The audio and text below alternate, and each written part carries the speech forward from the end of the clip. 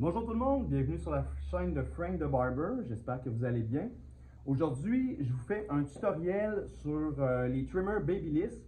Dans le précédent, j'avais fait sur les sortes de lames qu'on pouvait avoir sur les trimmers. Aujourd'hui, je vais vous parler, je vais comparer les trimmers et je vais vous dire si jamais vous avez besoin d'en acheter seulement un, que vous voulez tout faire avec. Je vais vous dire lequel. Et sinon, ben, je vais faire un ordre avec là, lequel que j'irai de préférence jusqu'au dernier et le pourquoi. Donc, pour commencer, je vous parlerai du FX Trimmer. Le FX Trimmer, que ça fait quand même quelques années qui est lancé, puis qui est quand même très populaire chez les barbiers. Et je vous dirais que c'est un trimmer qui est quand même assez polyvalent, euh, dû au fait que, bon, il y a 2 heures, le 2 heures de charge, pas de charge, mais de runtime, là, de temps que vous pouvez l'utiliser.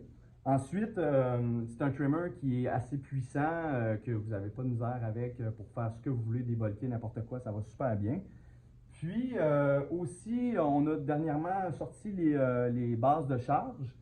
Donc, moi, je trouve ça vraiment pratique parce que ça élimine tous les câbles qui peuvent sortir de partout de votre station, puis que je trouve que ça fait quand même pas propre quand il y a trop de fils partout. Donc, avec le stand de charge, vous faites juste l'insérer dedans quand vous avez terminé, puis donc vous avez toujours de la batterie avec votre trimmer.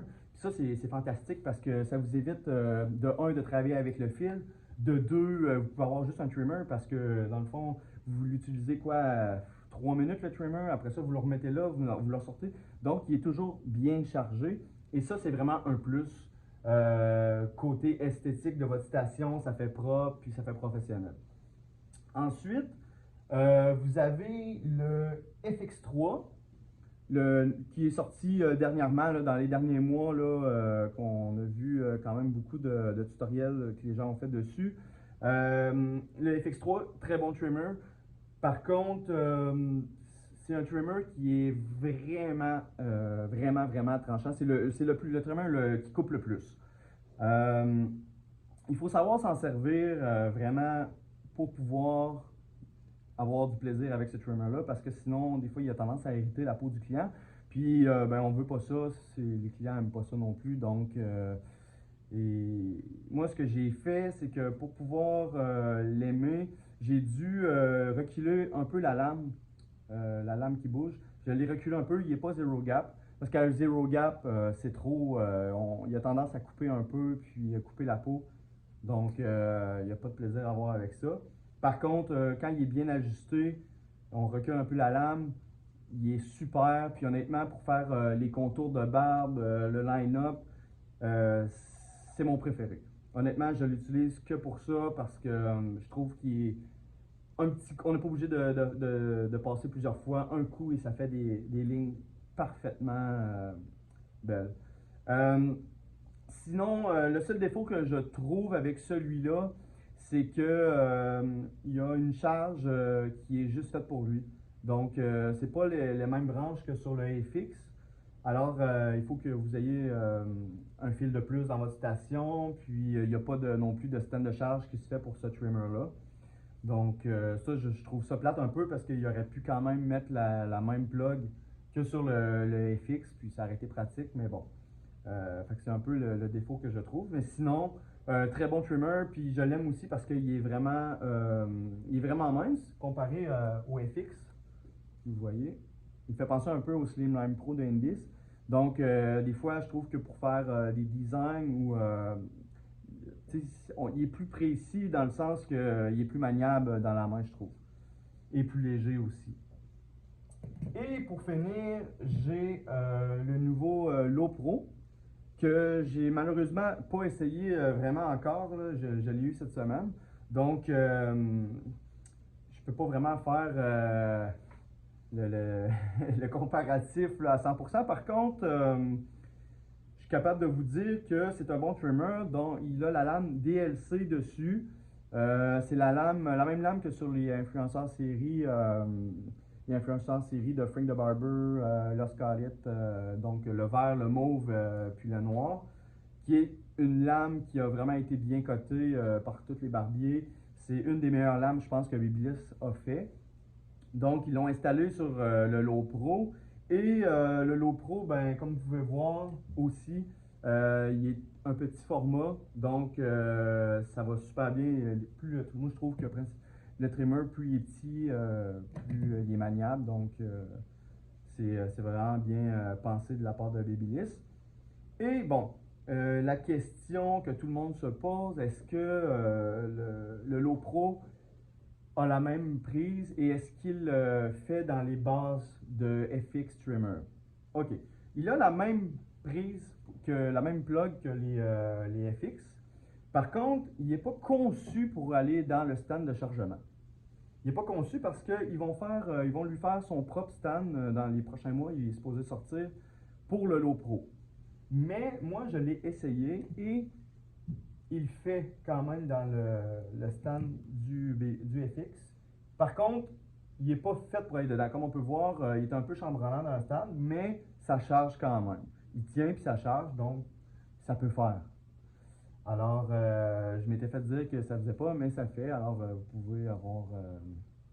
pouvez voir que vous n'êtes pas obligé nécessairement d'aller vous racheter un autre stand juste pour le logo. Ensuite, bon, pour ce qui est du comparatif, moi je vous dirais, si vous me dites, moi j'ai juste un trimmer à m'acheter, lequel je choisis? Moi je vous dirais un Gold FX.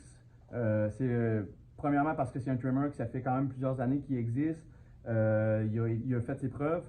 C'est le standard, je pense, du trimmer. La lame, c'est une lame standard, donc on peut faire tout avec. Sinon, vous pouvez acheter n'importe lequel peut faire tout aussi. Mais comme je vous dis, avec un Gold FX, on ne se trompe pas. Il a été encore nommé en 2022 par Ron the Barber meilleur trimmer de l'année. Donc, ça prouve encore que ça a fait ses preuves, que la plupart des barbiers utilisent ce trimmer-là pour travailler. Donc, très bon trimmer. Ensuite, en deuxième position, je pense que moi, j'irais avec le Low Pro. Le Low Pro parce que, premièrement, on connaît déjà la lame qui est une très bonne lame qui est dessus. Ensuite, j'aime vraiment le format. Là, dans la main, je pense que c'est le trimmer qui fait le mieux là, dans tous les trimmers. Il fit vraiment bien dans la main. Puis, c'est le nouveau modèle. C'est tout le temps le fun d'avoir les nouveautés aussi. Donc, j'irai avec celui-là. Puis aussi, il y a le même temps de charge, le même temps de runtime que le FX Trimmer. Et j'irai en troisième avec le FX3. Le pourquoi que j'irai en troisième position avec celui-là, c'est que la lame est un peu trop sharp pour toute utilisation confondue. Donc, je ne l'utiliserai pas pour faire des coupes enfants. Et même les gens qui, des fois, ils ont la peau sensible quand on vient pour faire la barbe dans le cou. Non, je n'utilise vraiment pas ce trimmer-là pour ça parce qu'il coupe trop. Donc, j'irai en troisième position. C'est pas parce que c'est un mauvais trimmer, c'est juste parce que si vous en avez un à acheter, je vous conseille pas parce qu'on peut pas vraiment tout faire avec aisément. Donc, j'irai en troisième position. Par contre, très bon trimmer. Puis aussi, la batterie de celui-là, c'est la meilleure batterie de toutes les trois que j'ai présentées. C'est 4 heures que vous pouvez faire avec le trimmer. Donc, c'est vraiment bien comme pour un trimmer. Honnêtement, habituellement, c'est toujours 2 heures. Celui-là, c'est 4 heures que vous pouvez faire avec. Donc, 4 heures, c'est quelque chose c'est un plus, disons, pour le trimmer.